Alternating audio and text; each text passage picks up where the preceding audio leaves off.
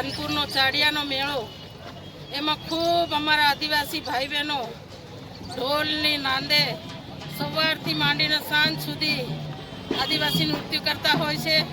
દર વર્ષે અમારા આદિવાસી લોકો ગમે તે ખૂણામાં પડેલા હોય, મજૂરી કરતા હોય, એ હોળીના દિવસે આવતા હોય ત્યારે આજે ખુશીનો દિવસ છે, ત્યારે એ લોકોને મળવા માટે અને એમની સાથે નાચ ગાન એટલે જે નૃત્ય કરવા માટે અમારા કોંગ્રેસ પક્ષના ઉમેદવાર ડૉક્ટર પ્રભાબેન તવેડ સાહેબ અને અમારા તમામ કાર્યકરો ભાઈઓ તથા બહેનો આજે એમની સાથે અમે લોકો ઝૂમ્યા છે.